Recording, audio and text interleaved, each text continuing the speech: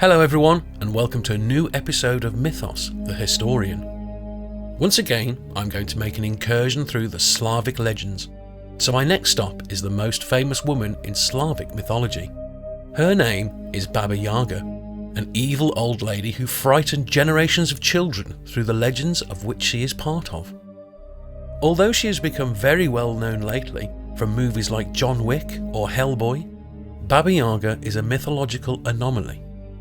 I say this because it seems that no one understands whether the hideous creature is a maternal figure, an evil one, or an anti-hero worthy of comic books.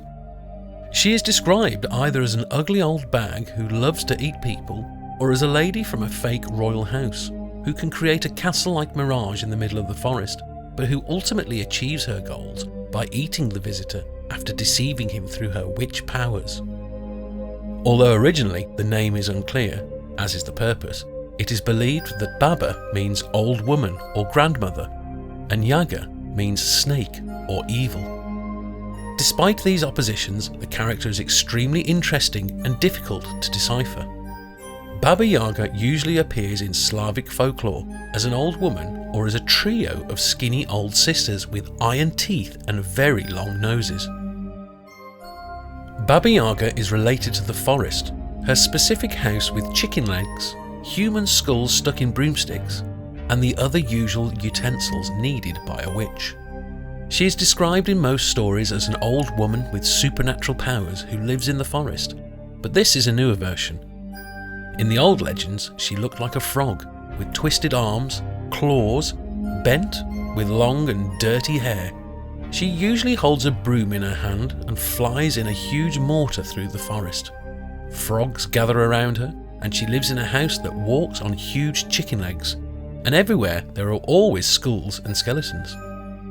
In Slavic folklore stories, Baba Yaga either helps the heroes who come to her door or tries to eat them.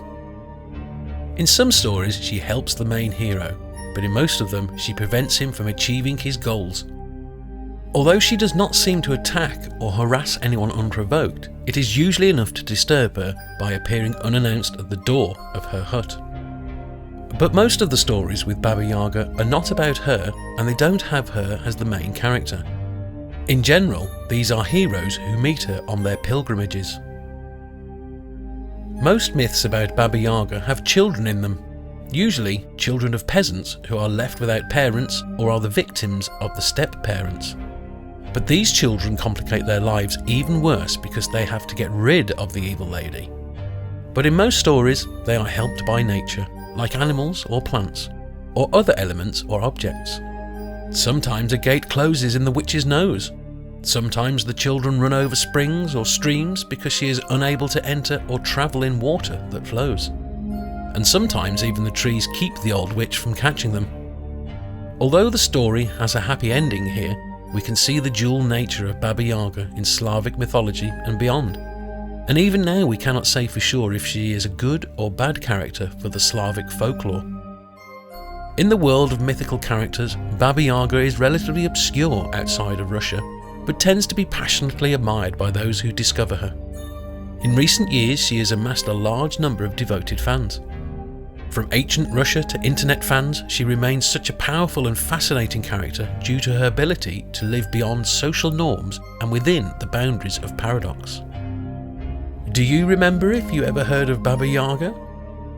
Moreover, if you grew up with the legends of Baba Yaga, please share your experience, and if you have any thoughts regarding the video, write them in the comments below. And of course, if you enjoyed the video, like and subscribe to the channel by hitting the notification bell to be notified when I add new videos on my channel. Yours truly, Mythos, the Historian.